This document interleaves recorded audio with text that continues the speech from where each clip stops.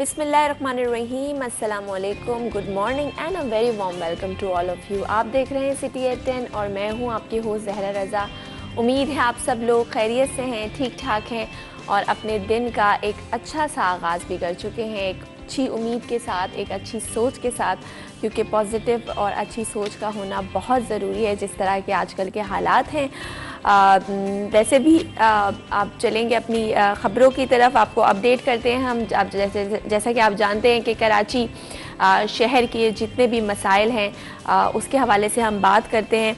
और रबीउल अव्वल का महीना भी शुरू हो चुका है और जब रबीउल अव्वल का महीना आता है तो अपने साथ बेपनाह रहमतें, बरकतें और फजीलतें लेकर आता है। और हमने देखा है कि कराची जो कि रोशनियों का शहर है वो मज़ीद रोशन हो गया है। गली मोहल्लों को लाइटों से सजा दिया गया है और एक बड़ा ही खूबसूरत सा मंज़र पेश करने लगते हैं कराची शहर की गलियां, सड़कें, मोहल्ले रबीउल अव्वल के बाबरकत महीने में। तो आगे बढ़ते हैं और आपको बताएंगे आज कराची की ख़बरों के हवाले से। तो सबसे पहले नज़र डालते हैं आज की टॉप स्टोरीज़ पर।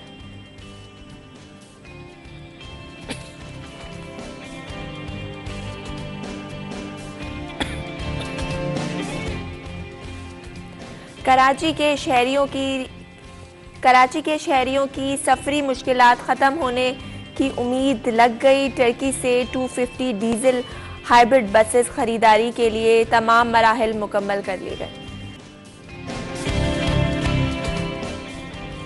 जहाज़ को कराची पोर्ट ट्रस्ट के चार्जेस अदा किए बगैर नहीं जाने देंगे। मुझ पर दबाव डाला गया तो दबाव डालने वालों के नाम सामने लाऊंगा। अली जैदी फट पड़े।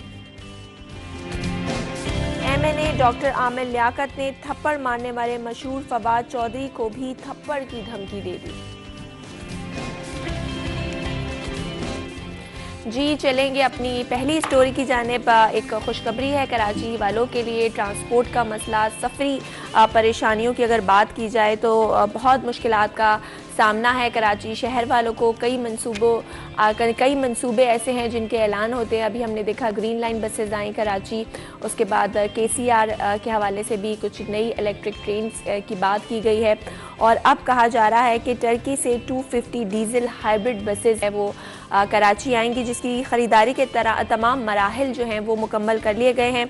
और पहले मरहले में कहा जा रहा है कि 300 स्टॉप्स बनेंगे और जो टर्की की जो ट्रांसपोर्ट कंपनी है उससे नुमाइंदे भी विज़िट करने के लिए कराची पहुंच गए हैं।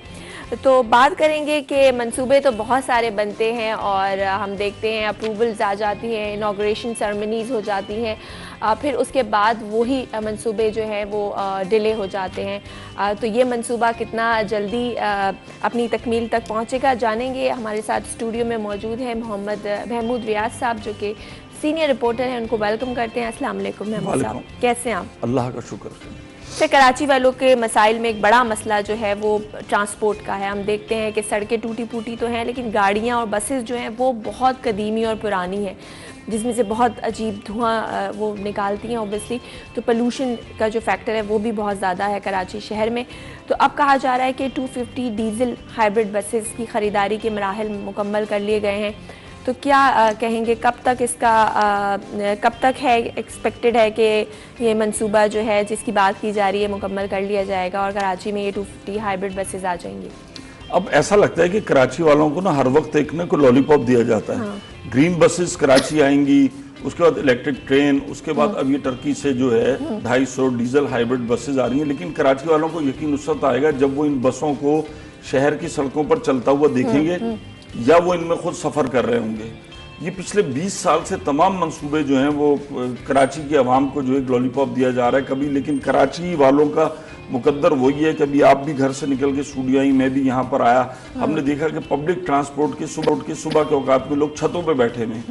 वही पुरानी बसेज हैं जो कि बड़े रूट है, उनकी छतों पर लोग सफ़र करने पर मजबूर हैं। ख़वातीन भी लटकी हुई होती हैं क्योंकि अगर आप देखें ख़वातीन का जो पैसेज है वो कम होता है। तो लोगों को अपने रोज़गार पे जाने के लिए इंतहाई मुश्किलात का सामना करना पड़ता है। यकीनन अगर सिर्फ बातें हैं तो हम वेलकम करते हैं, बिल्कुल आना चाहिए। 250 बसें डीजल की आएंगी और वो कहा गया कि जी 300 स्टॉप होंगे, 7 मुख्तलिफ रूट होंगे, तो उसके ऊपर बहुत अच्छी बात है, खुशाइंद बात है। कराची के अंदर 3 करोड़ से ज्यादा आबादी का शहर है और ट्रांसपोर्ट बुनियादी मसाइल है। पूरी दुनिया के ममालिक में अगर देखा जाए बड़ा, तो कोई भी अपनी जाती ट्रांसपोर्ट इस्तेमाल नहीं करता। शहर में पार्किंग के भी मसाइल हैं। ज्यादातर लोग जो है वो पब्लिक ट्रांसपोर्ट इस्तेमाल करते हैं और उसके अंदर अगर दुनिया के तरक्की याफ्ता ममालिक में देखें तो कहीं जेर जमीन अंडरग्राउंड जिसको कहते हैं ट्यूब चल रही होती हैं, उसके बाद ट्रेन होती है, उसके बाद बस होती है। ये तीनों सर्विसेज जो होती है वो इंटरकनेक्टिव होती हैं कि बाज़ औक़ात आपने कहीं से, अगर आप इवन दिल्ली और लंदन और बड़े शहरों की कहीं पे भी बात करें तो ये होता है कि कुछ सफर आपने ट्रेन से किया, उसके बाद आगे आपने बस से कनेक्ट किया और आप आसानी के साथ पहुंच गए। लेकिन कराची के अंदर खास तौर पे ये कि ऐसा लगता है कि कोई भी हुक्मरान हो वो कराची वालों के साथ संजीदा नहीं है। अखबार में, मीडिया में खबरें आती हैं, आज 250 बसें आ गई, आज 300 आ गई, वो बसें पता नहीं कहाँ जमा हो रही। बिल्कुल आपने महमूद साहब सही कहा, बहुत मंसूबे बनाए जाते हैं, लॉलीपॉप दिया जाता है, खुशखबरी दी जाती है, लेकिन वो अमली तौर पर उसको हम नहीं देखते कि उसको पूरा भी किया जाए। नासिर हुसैन शाह साहब भी जो हैं वो 800 बसेस लाने वाले थे और कोरियन कंपनी के मुआहदा भी उसकी बातचीत चल रही थी कि वो भी हो गया है, लेकिन वो भी हमें कोई एक भी बस उसमें से नजर नहीं आती, तो उसका क्या हुआ सर? अब ये सारी बसें ऐसा लग रहा है कि ये जो न्यू कराची के अंदर जो ग्रीन बस का जो बस डिपो था वहां पे ऐसा लग रहा है कि डम की जा रही। वही मैंने कहा कि आ नहीं रही बसें। अगर 50 बसें भी आए तो यकीनन 2-4 रूट पे चलाई जाए तो उनसे फर्क पड़ता है। शहर के किसी भी रूट पे अगर, इसके अलावा ये कि प्राइवेट कैरियर बसें बहुत चलती हैं कराची में। मतलब ट्रांसपोर्ट की इतनी जरूरत है पब्लिक ट्रांसपोर्ट की कि अवाम परेशान है। पेट्रोल अगर हम देखें तो, जबकि इसके अलावा कई जो हैं प्राइवेट ऑनलाइन गाड़ियां जो हैं वो आ गई, उसके बावजूद भी ट्रैफिक के मसाइल पर और ट्रांसपोर्ट के मसाइल पर काबू आप नहीं पा सकते। तो जितनी जल्दी इन मंसूबों को मुकम्मल किया जाएगा, शुरू किया जाएगा और बसें जो हैं वो कराची की सड़कों पे नजर आएंगी और शहरी उसको इस्तेमाल करेंगे, तब भी वो सुकून का सांस लेंगे। उससे पहले जितनी बातें हैं वो तमाम बातें मीडिया भी रिपोर्ट कर रहा है, लोग भी देख रहे हैं, अखबारात में भी आ रहा है, टीवी पर रिपोर्ट्स भी बन रही हैं।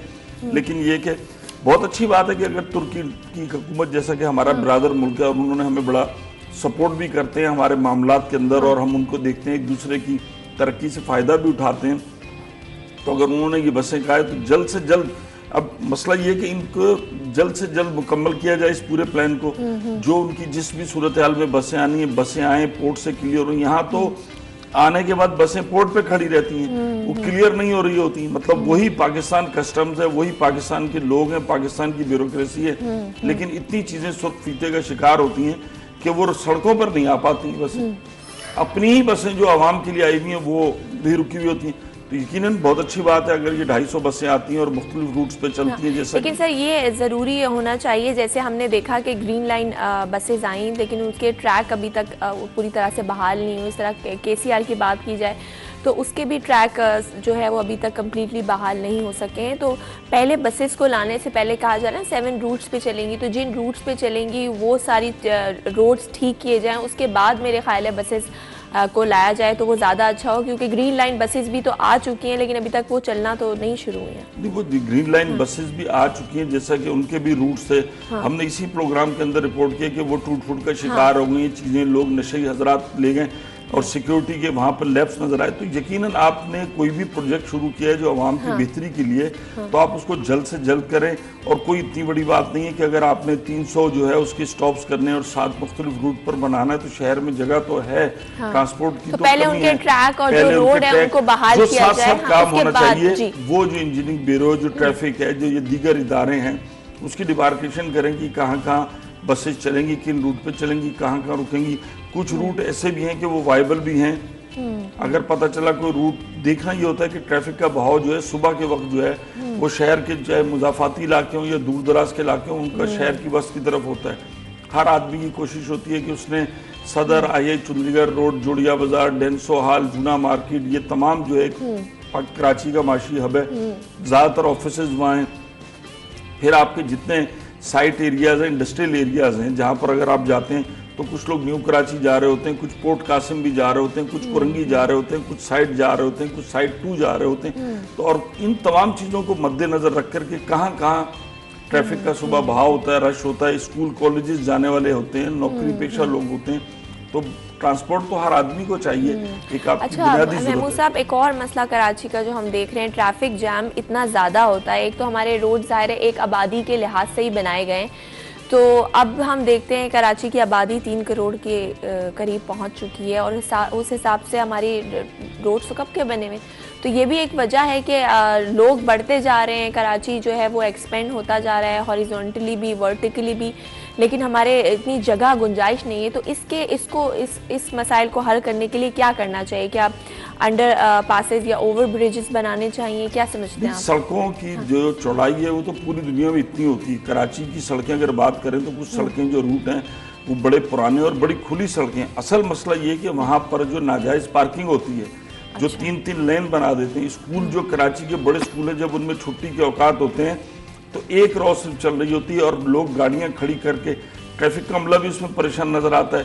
हर जगह आपने पार्किंग बनाई हुई है, 2-2, 3-3 लाइन, जहाँ दुकानें वहाँ सड़कें दोनों तरफ से बंद करके आपने गाड़ियां खड़ी रहती हैं, तो ट्रैफिक का जो दबाव है वो उस पर बढ़ता है। जब ट्रैफिक का दबाव बढ़ता है तो चौक हो जाते हैं, फिर वहाँ पर रश होता है, लोगों को परेशानी होती है, पेट्रोल ज़्यादा लगता है। तो सड़कें चौड़ी तो उतनी है जितनी पूरी दुनिया के अंदर होती हैं, और वो इतनी कोई तंग सड़कें भी नहीं है कराची के अंदर। अगर हम खसूसन बात करें, सिर्फ ट्रैफिक की रवानी, ट्रैफिक का भाव जो उसको बरकरार रखने की जरूरत है, उसके लिए ट्रैफिक का अमला मौजूद है, वो अगर खोले। लेकिन फिर सबसे बड़ी जो है कराची के अंदर जो पार्किंग माफिया है, हर जगह जो है वो पार्किंग शुरू कर देते हैं, 2-2, 3-3 लाइन में खड़ी करके। सदर के इलाके में अगर आप जाएं तो सड़कों का साइज तो वही अंग्रेजों के ज़माने का, या बाद में भी जो बनी है, तो सड़कें तो कुशादा हैं। अगर सड़क जो है वो 70-80% भी आमदोरफ्त के काबिल हो तो ट्रैफिक का भाव बर्दाश्त कर सकती है। लेकिन मसला तो ये है कि शहर की अक्सर सड़कें तो सिर्फ 20%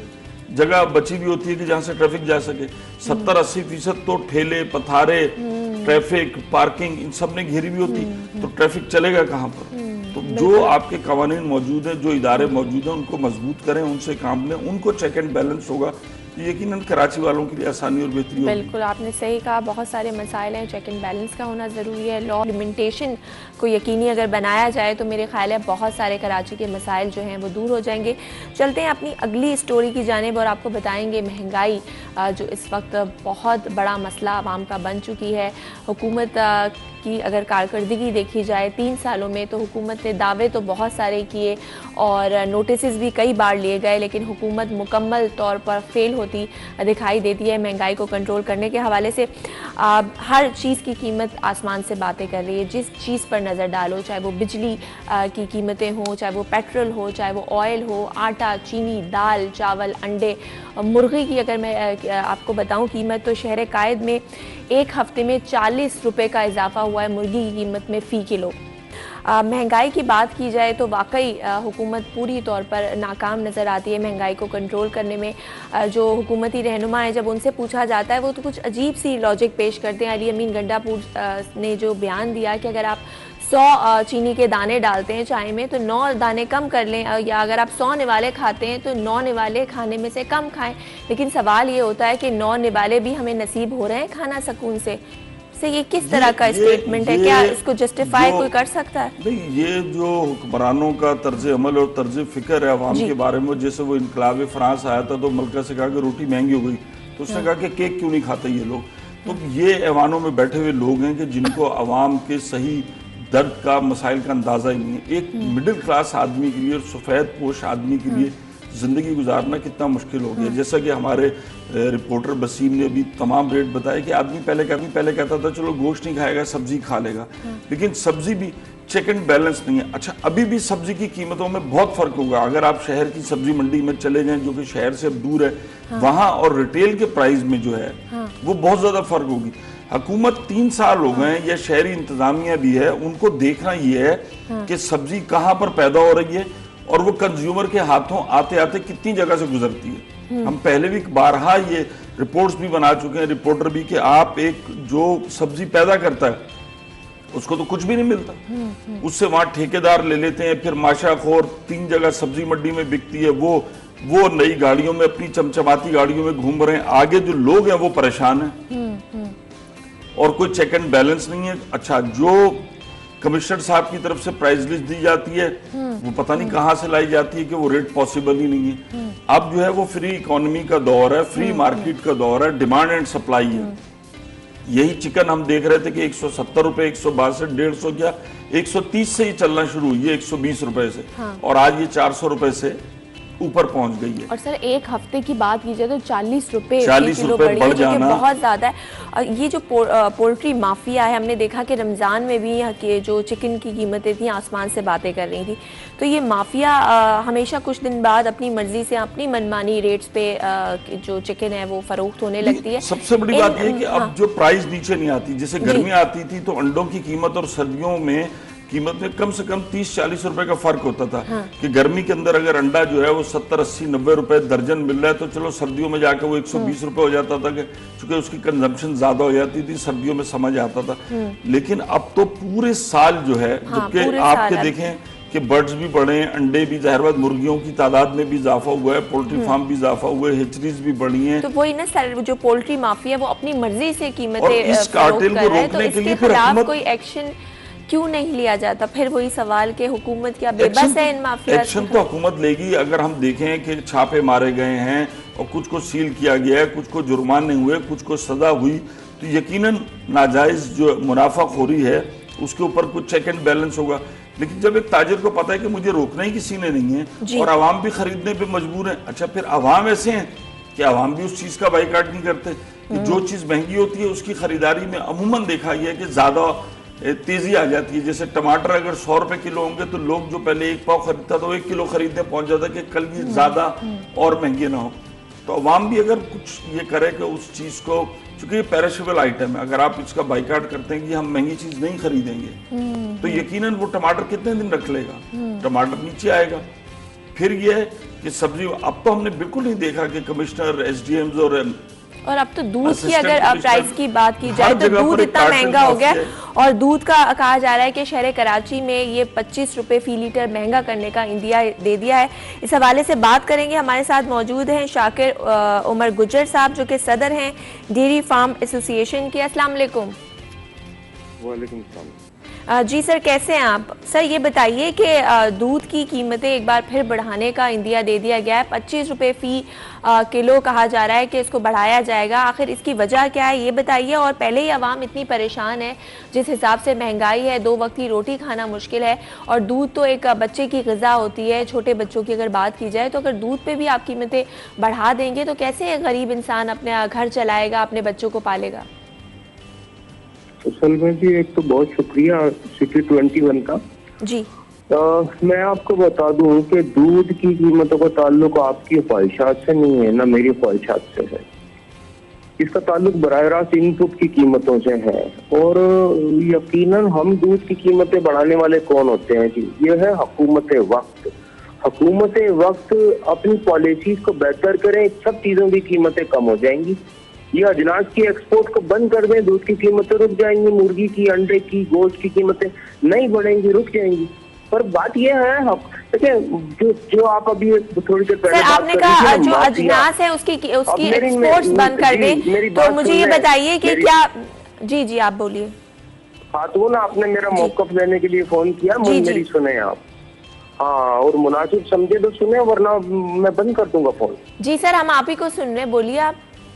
हाँ देखें जी, आपने थोड़ी देर पहले बात की है माफिया। देखें, एक तो एहतराम से बात किया करें, ना तो पोल्ट्री माफिया ना डेयरी माफिया। ये फार्मर है और मुल्क की मईशत की रीढ़ की हड्डी है सब। और यकीनन कोविड में आपको जिंदा रखा आपके फार्मर ने, इस मशीनरी ने जिंदा नहीं रखा आपको। तो आपको ये चाहिए कि आप उन अवामिल को देखें जो दूध, गोश्त, मुर्गी और अंडे की कीमतें बढ़ने में कार फरमा है। जो अवामिल देखें, अजनास की जो कीमतें बढ़ रही हैं उसके पीछे वफाकी गवर्नमेंट की पॉलिसीज हैं, मिनिस्ट्री ऑफ कॉमर्स की पॉलिसीज हैं। सब बिल्कुल आप सही कह रहे हैं। हुकूमतों को तो हम बोलते हैं, लेकिन ये जो हर आदमी अपनी मनमानी रेट पे कीमतें बेच रहा है, चीजें बेच रहा है, इसमें भी तो कोई गलत बात नहीं है। ऐसा नहीं होता जी, ऐसा नहीं होता। कोई मनमानी कीमतें नहीं होती। दूध का रेट कमिश्नर कराची तय करते हैं, पर पिछले 4 साल से आपको पता है ना महंगाई बढ़ी है या नहीं बढ़ी, मुझे ये बताएं। शाकिर साहब, थोड़ा सा आपके साथ माजरत के साथ इंटरप्ट करूंगा। कमिश्नर कराची रेट तय करते हैं, लेकिन कमिश्नर कराची जो रेट तय करते हैं उस पर डेयरी एसोसिएशन कभी नहीं बेचती। और बिल्कुल हमने कहा कि माफिया नहीं कहना चाहिए, लेकिन जब अवाम का इस्तेहसाल हो रहा होता है और तो पूरी दुनिया में उसके लिए लफ्ज माफिया ही कहा जाता है। और यकीनन आप नहीं करते, लेकिन कोई ऐसी सूरत हाल हो कि दूध की पैदावारी कॉस्ट कितनी है।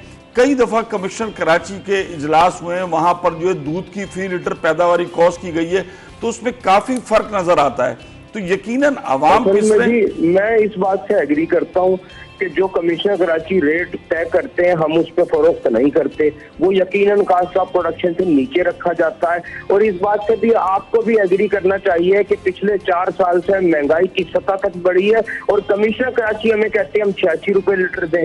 तो मुझे ये बताएं आप कि मैं उन्हें 86 रुपए लीटर क्यों दूं और कैसे दूं, मुझे समझाएं आप। और देखिए ये जैसे ये दूध की कीमतों को, आउटपुट की कीमतों को कंट्रोल कर रहे हैं, ये इनपुट की कीमतों को भी कंट्रोल कर रहे हैं। ये कर लेंगे हम दूध की कीमतें कम कर देंगे।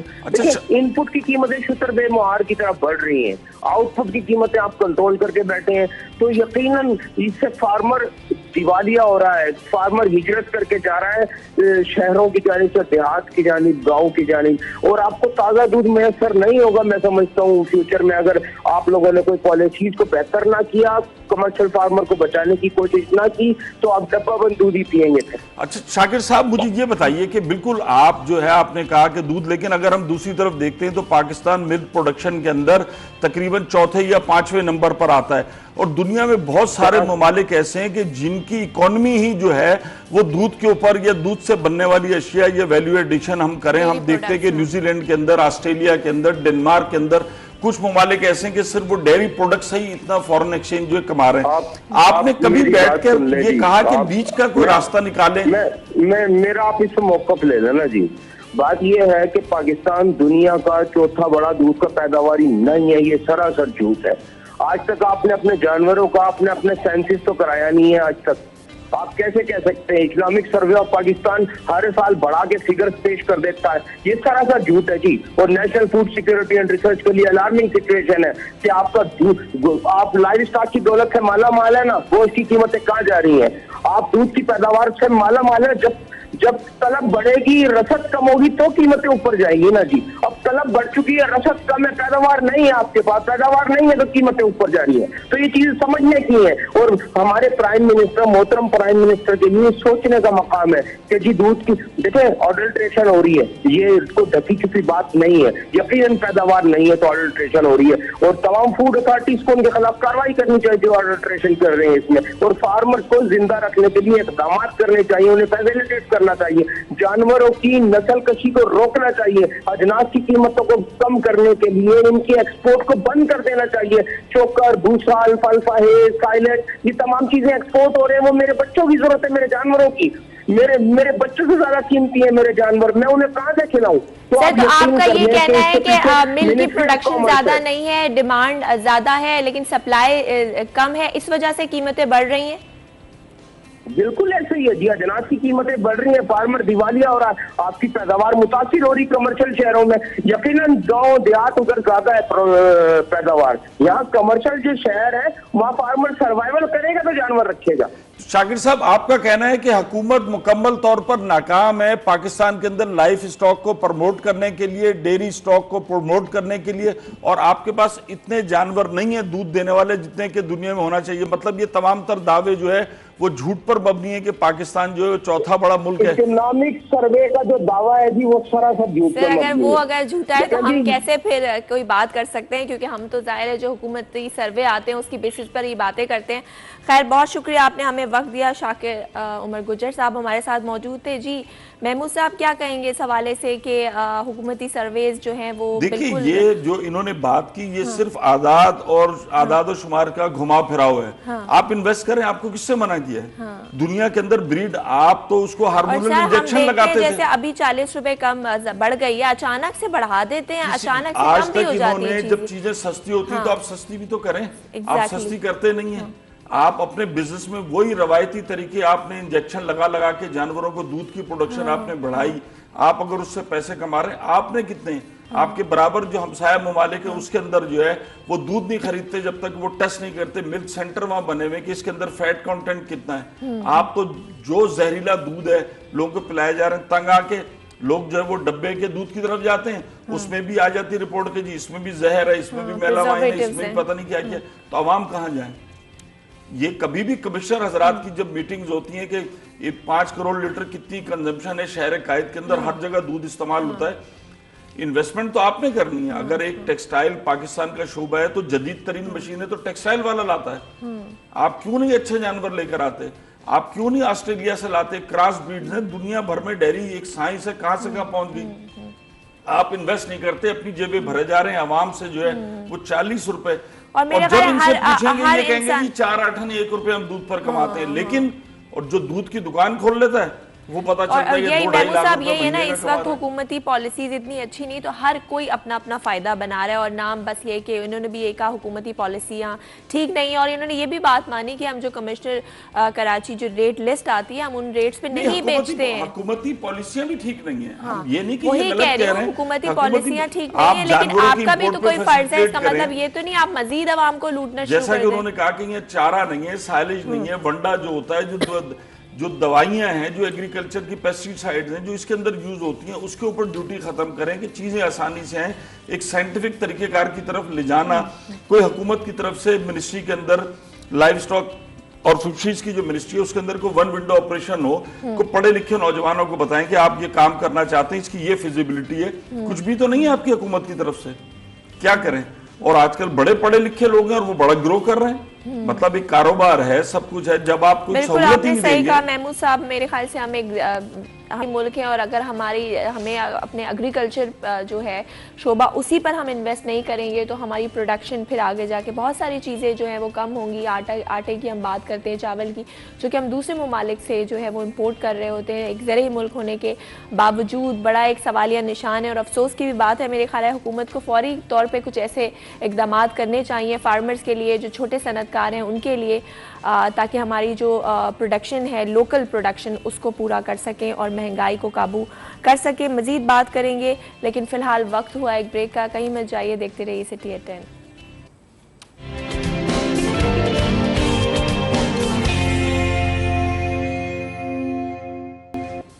जी वेलकम बैक, आप देख रहे हैं सिटी एट 10। मैं हूं ज़हरा रज़ा। चलते हैं अपनी अगली स्टोरी की जानिब। गुर्बत की चक्की में पिसी आवाम को एक और झटका देने का जो है वो बात की जा रही है, तैयारी की जा रही है। पेट्रोलियम मसनूआत की बात की जाए तो पेट्रोलियम मसनूआत फिर से बढ़ने का इम्कान है, ओगरा की जानिब से कहा जा रहा है। और साथ में ये भी कहा जा रहा है कि क्योंकि आलमी मार्केट में अगर बात की जाए तो पेट्रोलियम मसनूआत की कीमतें बहुत ज़्यादा बढ़ गई हैं, जिसकी वजह से पाकिस्तान में भी पेट्रोलियम मसनूआत की कीमतें मज़ीद बढ़ने का इम्कान है। और जब पेट्रोलियम मसनूआत बढ़ती हैं तो हम देखते हैं कि सारी चीज़ें महंगी हो जाती हैं। आपके जो ट्रांसपोर्टेशन कॉस्ट है वो बढ़ जाती है, बसेस के किराए, टैक्सीज़ के किराए, उसके अलावा जो ज़रूरिया अशिया ज़रूरिया हैं जिस पर उसका इम्पैक्ट आता है वो सब भी बढ़ जाती हैं। हम देख रहे हैं कि वक्फे से सर पेट्रोलियम मसनूआत में इजाफा हो रहा है। क्या कहेंगे जब हुकूमती जो हमारे रहनुमा हैं, PTI के रहनुमा, उन लोगों से बात की जाती है तो वो ये कहते हैं कि आलमी मंडी में पेट्रोल बहुत ज़्यादा महंगा है और उस हिसाब से अभी भी पाकिस्तान में कम है, तो हमें शुक्र अदा करना चाहिए। बस वो शुक्र ही अदा करना चाहिए और शुक्र अदा करते हुए जो है वो अपनी मुश्किलात में इजाफा करना चाहिए। इनसे ये पूछना चाहिए कि आलमी मंडी में जो चीजें सस्ती हैं वो भी पाकिस्तान में सस्ती नहीं है, वो भी महंगी है। बात ये कि आपको प्राइस को तो कंट्रोल करना है। ये जो लॉलीपॉप दे देते हैं कि आपके हमसाया मुल्क में कम है, ठीक है, लेवी है, पेट्रोल पे सब कुछ है, लेकिन पेट्रोल एक ऐसी चीज है कि आप पेट्रोल बढ़ा दें तो हर चीज बढ़ जाती है। 5 रुपए पेट्रोल बढ़ता है तो उसका इम्पैक्ट जो है 25 से 30 रुपए तक आपको देखने में आता है। अगर आपने किसी डेस्टिनेशन पे जाना है तो जो किराया है वो आपका 100 रुपए बढ़ जाता है। हाँ। और पूरी बस चलाते हुए पेट्रोल अगर 1 लीटर उसमें कंज्यूम हो रहा है, जो कि अगर आप डिवाइड करें 50-60 आदमियों पे, लेकिन ऐसा नहीं होता, वो तो बहुत ज्यादा हो जाता है। तो हुकूमत की कोई पॉलिसी इस बारे में नजर नहीं आती है कि जैसे आपने हर चीज को फ्री कर दिया तो पेट्रोलियम अगर आप कंट्रोल करेंगे तभी कंट्रोल होंगी ना। चीजें आपको करना पड़ेगा किसी न किसी सूरत में, वरना महंगाई तो फिर बिल्कुल आपके हाथों से अभी निकल गई है। हाँ। तो जैसा कि अभी दोबारा कहा जा रहा है कि पेट्रोल की कीमतों में 5 से 7 रुपए का इजाफा जो है मुतवक्को है, तो उसके बाद एक मजीद तूफान आएगा और लोगों की जो है वो कुव्वत खरीद है जो आहिस्ता आहिस्ता इतनी कम होती जा रही है, जो मिडिल क्लास है वो भी परेशान है। तो हुकूमत को इस तरफ सोचना पड़ेगा कि आप हर तरफ ये नहीं कह सकते कि चीज जो है आलमी मंडी में बहुत ज्यादा, जब आलमी मंडी में सस्ती थी तब भी आपने उसको पास ऑन नहीं किया। या जो दूसरी पेट्रोलियम, और अगर पेट्रोल सस्ता होता है तो हम देखते हैं वो उसकी आम जो अशिया जरूरी है वो वैसी कीमतों पे वो कोई भी कम नहीं कराता, ना किराए कम होते हैं ना चीजों पर। और आज जैसे 12 बजे से पेट्रोल महंगा होता है और आप जनरल स्टोर पर चले जाएं तो वो कह रहा होता है जी पेट्रोल की कीमत बढ़ गई है, ये चीज अब आपको महंगी मिलेगी। मतलब इतनी जल्दी उसका जो होता है, हालांकि वो चीजें उसके पास पहले से आई हुई रखी होती है। वही बात है कि कोई चेक एंड बैलेंस नहीं है। ठीक है, आलमी मंडी के अंदर बढ़ रहा है, लेकिन आप उसको दूसरे जराए से किसी भी तरीके से कंट्रोल किया जा सकता है। और दुनिया के बहुत सारे ममालिक जो है वो कंट्रोल करते हैं। ये हमसाया मुल्क और दीगर के उधर कन्वर्जन करके हमें बताते हैं कि जी वहां पर तो इतने का पेट्रोल है, तो अभी भी जो है आपके पेट्रोल महंगा है। तो जब आलमी मार्केट में सस्ता, वहां जो चीजें सस्ती होती हैं, फिर उसी को आप मिसाल ले लें। सही। वहां पर सर, जब भी तो महंगाई हम देखते हैं, अगर आलमी इंटरनेशनल मार्केट में चीज़ें की कीमतें बढ़ रही हैं, चाहे पेट्रोल हो या दूसरी चीज़ें, तो आपकी जो वो है बाइंग पावर, जो कुव्वत ख़रीद है, वो भी तो साथ साथ बढ़ती है। ऐसा तो नहीं होता कि आपकी बिल्कुल कुव्वत ख़रीद जो है वो नीचे जाती जा रही हो और आप महंगाई बढ़ाते जा रहे हैं। तो ये हुकूमत के जब भी किसी से पूछो, फवाद चौधरी साहब ने जो बयान दिया कि जब उनसे बात की गई कि अनएम्प्लॉयमेंट रेट इतना ज़्यादा है, बेरोज़गारी बढ़ रही है, महंगाई है, तो उन्होंने कहा नहीं, हमने 1 करोड़ नौकरियाँ दे दी हैं। तो 40,000 नौकरियां वो गिनवा रहे थे और 1 करोड़ नौकरियों की उन्होंने बात की कि दे दी। आपको लगता है किसी शोबे में नज़र आई हैं आपको 1 करोड़ नौकरियां? हमें तो नज़र नहीं है। यकीनन उनके पास कोई ऐसा कोई दूरबीन होगी जिससे उनको ये नज़र आ रहा होगा कि उन्होंने अपॉर्चुनिटी की। देखें, जब तक माशी सरगर्मियां नहीं होती, फिर कोविड की वजह से भी पूरी दुनिया की तरह पाकिस्तान के अंदर भी मसाइल हैं, जब तक आपकी माशी सरगर्मियां नहीं होंगी, आपकी जॉब अपॉर्चुनिटीज नहीं खुलेंगी, कारोबार बढ़ेगा, तो ही उनको ज़रूरत होगी। अभी तो हम हर तरफ देखते हैं कि बेरोज़गारी बढ़ रही है। जो लोग पहले रोज़गार पे थे अब वो रोज़गार पे नहीं है और वो मुश्किलात के शिकार हैं। जब आपकी इकॉनमी बेहतर होती है, आपकी एक्सपोर्ट्स बढ़ रही होती हैं और आपके तिजारत में जो है वो बहुत ज़्यादा रेवेन्यू आ रहा होता है, इदारे काम कर रहे होते हैं, तभी जो है आपकी मुख्तलिफ जो है वो जॉब अपॉर्चुनिटीज़ निकलती हैं। जब आपके हालात ही ख़राब हैं, माशी इकॉनमी आपकी ग्रो नहीं कर रही है, तो वहाँ पर आपकी जॉब्स कैसे निकलेंगी? तो सबसे बड़ी चीज़ है कि जब मईशत का पहिया चलता है उसके बाद जो है रोजगार के मौके मिलते हैं लोगों को। बिल्कुल सही आपने कहा। चलेंगे अपनी अगली स्टोरी की जानिब। कराची के साहिल पर फंसने वाले जहाज से मुतालिक वफाकी वजीर बहरी उमूर अली जैदी साहब का बयान सामने आया। उन्होंने कहा है कि जहाज को कराची पोर्ट ट्रस्ट के चार्जेस अदा किए बगैर नहीं जाने देंगे। और उनका ये भी कहना है कि मुझ पर अगर दबाव डाला गया तो दबाव डालने वालों के नाम भी सामने लाऊंगा। इस हवाले से बात करते हैं। जी सर। जब जहाज फंसा रहा क्लिफ्टन के ऊपर साहिल पर और बड़े करते रहे, आपने भी तो देर की उसको निकालने में। आप जो जदीद तरीन तरीके थे, वो जहाज निकल ही नहीं सकता था। जब आपने फिर वही किया, अब उसके बाद आया कि जी एक लंबा चौड़ा बिल उसको कहा गया है कि जी जब तक वो जहाज KPT के चार्जेस अदा नहीं करेगा। और मुझे बड़ी हैरत हुई कि उसके अंदर जनाब वो 1.5-2 लाख रुपए जो नाश्ते की, नाश्ता करना वहाँ क्या जरूरी था कि सुबह ही आकर अगर कोई प्रेस कॉन्फ्रेंस कर रहे थे, लोग आ रहे थे, जो उसके अंदर हेलीकॉप्टर का भी खर्चा है, एक्सीवेटर शावल उसका भी खर्चा है। तो KPT ने कहा है कि वो जहाज मौजूद है और यकीनन अब वो किसी बर्थ पर होगा तो जो KPT के चार्जेस हैं वो अदा किए बगैर जो है KPT उसको नहीं जाने देगा। और उनका यही कहना है। और दूसरी तरफ उनका ये भी कहना है कि जब तक उन्होंने एक किस्म का थ्रेट भी दिया है कि कुछ लोग ऐसा हैं इसके अंदर पर्दा नशीन, जो अली जैदी ने कहा है कि अगर उन्होंने प्रेशराइज किया तो मैं उनके नाम ले दूंगा। पता नहीं ये अपोजिशन के अरकान है किनके, चूंकि वो अपने लोगों के नाम तो यकीनन नहीं लेंगे। मेरे ख्याल से अपोजिशन के इसमें कुछ यकीनन जो पीछे लोग होंगे वो कैसे पर्दा नशीन होंगे जिनकी तरफ अली जैदी ने इशारा किया कि अगर इन्होंने ज्यादा किया तो मैं उनका जो है वो नाम भी सामने आ जाएंगे। ठीक है। अच्छा सर, अगली खबर की जानिब चलेंगे। MNA डॉक्टर आमिर लियाकत ने थप्पड़ मारने वाले जो फवाद चौधरी जिसलिए मशहूर हैं, उन्होंने उनको भी धमकी दे दी है। अच्छा, सियासत में कुछ इस तरह के रवैयों का होना, आप क्या समझते हैं जो आने वाली नस्ल है वो क्या सीखेगी? कौन सियासत में आना चाहेगा फिर? देखें, आपकी पूरी माशरे के अंदर ही जो है वो अदम बर्दाश्त का शिकार है। कोई भी आदमी बर्दाश्त नहीं करता। अगर आप सियासत की बात करते हैं तो माजी में अगर हम देखते हैं तो हमारे पास नसरुल्लाह खान साहब जैसे लोग होते थे, प्रोफेसर गफूर जैसे लोग होते थे, चौधरी शुजात हैं, ये दीगर लोग हैं, ये वली खान थे कि जो लोगों की बात सुना करते थे। लेकिन अब सियासत चलते चलते जब वो आमिर लियाकत तक आएगी और फवाद चौधरी तक आएगी तो वो सियासत में यही होगा। हमने देखा कि सियासतदानों ने TV शोज के अंदर किस किस्म की बेहुदा गुफ्तगू की, और फिर फवाद चौधरी तो उससे बढ़कर जो है वो अपने हाथों पैरों का भी इस्तेमाल कर चुके हैं। तो उनके ही साथी ने जो कि आमिर लियाकत कल तक ज़हरबद पीटीआई के थे, उन्होंने उनसे उन्हीं की ज़बान में बात की है और वो समाजी राब्ते की वेबसाइट पर जो है ट्विटर पर वो अल्फाज की एक जंग चली उनका कि अगर मुझे थप्पड़ दिखाए तो मैं भी आपको थप्पड़ मारूंगा। तो यकीनन हो सकता है कि आवाम जो है मीडिया पे ये भी सुनी ले कि वो शायद थप्पड़ पड़ ही ना जाए।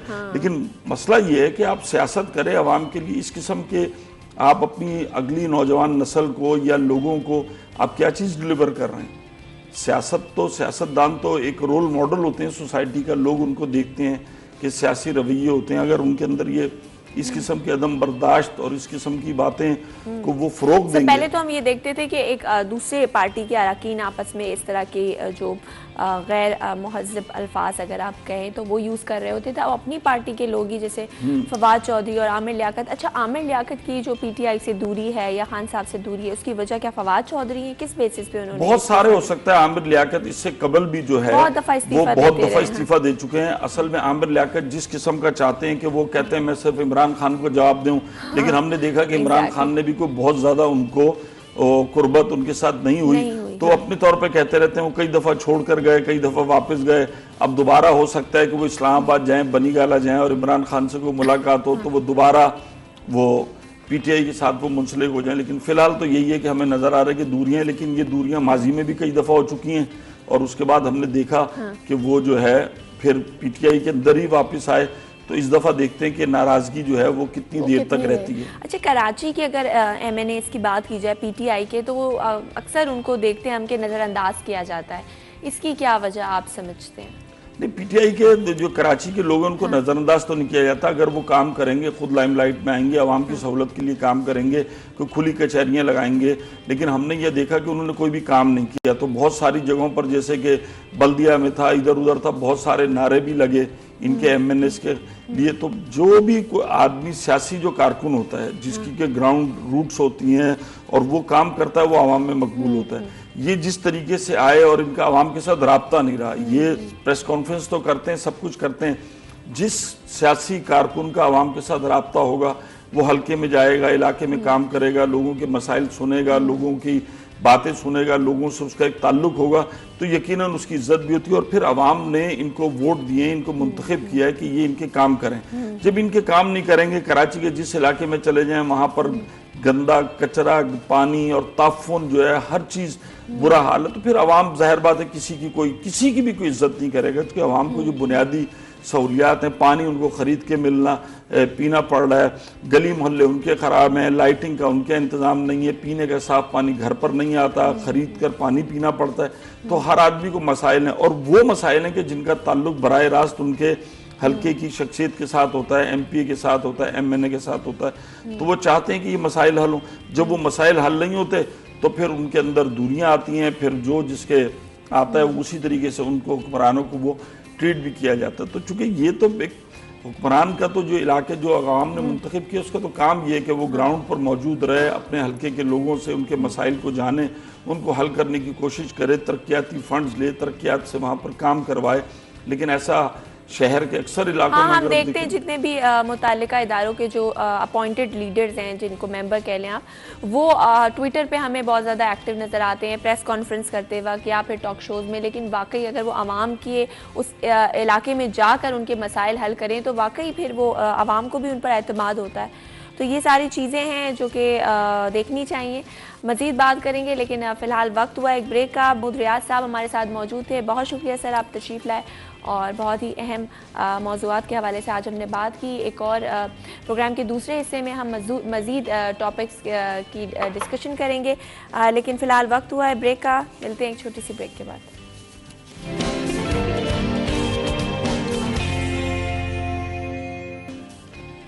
वेलकम बैक, आप देख रहे हैं सिटी एट 10। मैं हूं ज़हरा रज़ा। चलते हैं और शामिल करेंगे एंटरटेनमेंट की दुनिया की से कुछ खबरें। मारूफ अदाकारा आपको बताएं सबा कमर ने रोशनियों के शहर कराची को अपना ससुराल करार दे दिया।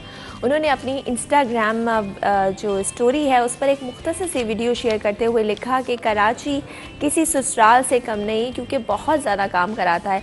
इस स्टोरी के साथ ही अदाकारा ने अपनी एक सेल्फ़ी भी शेयर की, जिसमें उन्होंने काम पर जाते हुए जो उनकी तैयारियां थी उसके हवाले से उनकी वीडियो थी। और बढ़ेंगे आगे अपने अगले टॉपिक की तरफ और बात करेंगे डेंगू के हवाले से। हम देख रहे हैं कि कराची में मुसलसल डेंगू वायरस जो है वो ज़ोर पकड़ता जा रहा है और डेंगू केसेस बहुत ज़्यादा रिपोर्ट हो रहे हैं। एक तरफ कोरोना की बात की जाए तो कोरोना का ज़ोर कुछ कम हुआ तो डेंगू सर उठाने लगा है और इससे क्या एहतियात हमें करनी चाहिए, किस तरह से हम इस वायरस से बच सकते हैं, घर में क्या प्रिकॉशनरी या प्रिवेंटिव मेजर्स हमें लेने चाहिए, इस हवाले से जानेंगे। हमें ज्वाइन किया है डॉक्टर हैं, प्रोफेसर हैं शाहिद रसूल साहब जो कि एग्जीक्यूटिव डायरेक्टर हैं JPMC के। उन्हें वेलकम करते हैं। अस्सलाम वालेकुम डॉक्टर शाहिद। वालेकुम सलाम, thank you very much for the show. Sir बहुत शुक्रिया आपने हमें वक्त दिया। सर डेंगू के हवाले से पहले तो मुझे ये बताइए कि ये सबको पता है एक वायरस है ऑलरेडी और कई सालों से हम देख रहे हैं कि एक पीरियड आता है जब बारिशें होती हैं और बारिश के बाद एकदम डेंगू जो है वो ज़ोर पकड़ने लगता है।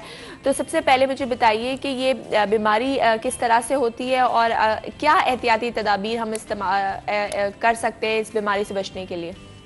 देखिए डेंगू बेसिक करता है तो बाइट की जी, स्पेशल नॉर्मल मस्कीटोज जो होते हैं हमारे यहाँ जो मच्छर होते हैं उससे नहीं करता, इसका एक स्पेशल मच्छर है और उसकी खासियत ये है कि इसके जिस्म के ऊपर सफेद और काली धारियां होती हैं। जी जी। तो अगर किसी डेंगू वाले पेशेंट को बाइट करे तो वो डेंगू वायरस कैरी करके दूसरे पेशेंट तक पहुंचा सकता है। आपने सही कहा कि नॉर्मली ये बारिशों के बाद शुरू होता है, सीजन जुलाई से होता है, नवंबर तक रहता है। इस मच्छर और खास बात ये है कि ये जो बाइट करता है वो या आवर्स इन द मॉर्निंग में करता है, यानी शुरू की सुबह की लाइट, या शाम। नॉर्मली ये दिन में शायद फ्लाई नहीं करता, इस वजह से ये इसकी जो बाइटिंग आवर्स हैं वो अर्ली मॉर्निंग या लेट इवनिंग है। अब एक दफा ये डेंगू वायरस ब्लड में फिल हो जाए जी, तो ये बीमारी का बायस बनता है, जिस्म में शदीद दर्द हो सकता है और सबसे इम्पोर्टेंटली जो है वो दर्द के अलावा जो चीज है वो प्लेटलेट्स का कम होना। और कब प्लेटलेट्स जो कि खून को जमाने के काम आते हैं इतने कम हो जाते हैं कि उसकी वजह से पेशेंट मुख्तलिफ जगहों से ब्लीड करना शुरू हो जाता है और ऐसे पेशेंट को प्लेटलेट लगाया भी जाता है। लेकिन जो नाजरीन के लिए इम्पोर्टेंट बात ये कि देखिए एक बहुत कोई ऐसी जानलेवा बीमारी नहीं है, ये आप सब मलेरिया की तरह का ये बुखार है और हर पेशेंट को ना तो एडमिट करना पड़ता है ना हर पेशेंट प्लेटलेट लेने पड़ते हैं। हाँ, सिम्पटम्स हाइड्रेशन, पेन किलर्स, उसके साथ अगर जरूरत पड़े तो फीवर के लिए जो मेडिकेशन होती हैं वो दी जा सकती हैं और ये आउट पेशेंट पे मैनेज। अब जैसे अगर आपको आज के फिगर्स गिना के बताऊं तो टोटल पूरे इस साल में अब तक 25 पेशेंट आए हैं और इस वक्त मेरे पास करंटली 7 पेशेंट हैं मुख्तलिफ वार्डों में। ऑल्दो हमने इमरजेंसी प्रिपेयर्डनेस के तौर पे एक पूरा वार्ड खाली किया हुआ है जिसको डेंगू वायरस वार्ड बनाया हुआ है, क्योंकि उसमें जरूरी ये होता है कि हर वार्ड के हर बिस्तर के ऊपर मच्छरदानी हो ताकि वहां से कोई क्रॉस इन्फेक्शन या मच्छर वहां से ब्लड या इन्फेक्शन लेके और हॉस्पिटल के एरियाज को ना फैलाएं। तो ये अभी फिलहाल जरूरत नहीं पड़ी है हमें उस वार्ड को खोलने की, ऑल्दो वी आर रेडी। जो सीरियस पेशेंट्स होते हैं उनको आमतौर पे IV फ्लूइड्स और अगर जरूरत पड़े तो प्लेटलेट्स लगाए जाते हैं। प्लेटलेट्स का जो एक चेम्बर होता है जो लगाया जाता है उसको मेगा प्लेटलेट कहते हैं, जो 3 या 4 या डोनर से बनता है। उसकी फैसिलिटी है हमारे पास अपना ब्लड बैंक है और वो जब भी अगर किसी स्टेज पे अल्लाह ना करे कि ये बीमारी इतनी फैले तो हम उसको यूज कर सकते हैं। मेरा पर्सनल पिछले 1-1.5 महीने से जो मैं वॉच कर रहा हूँ तो फिगर्स कुछ एरिया से तो बड़े हुए आ रहे हैं जी। या तो साउथ में शायद ये इशू इतना ज्यादा नहीं है क्योंकि हमारा जो एरिया वो डिस्ट्रिक्ट साउथ है, बट जिस तादाद में ये तेजी से बढ़े थे पहले उस तादाद में नहीं।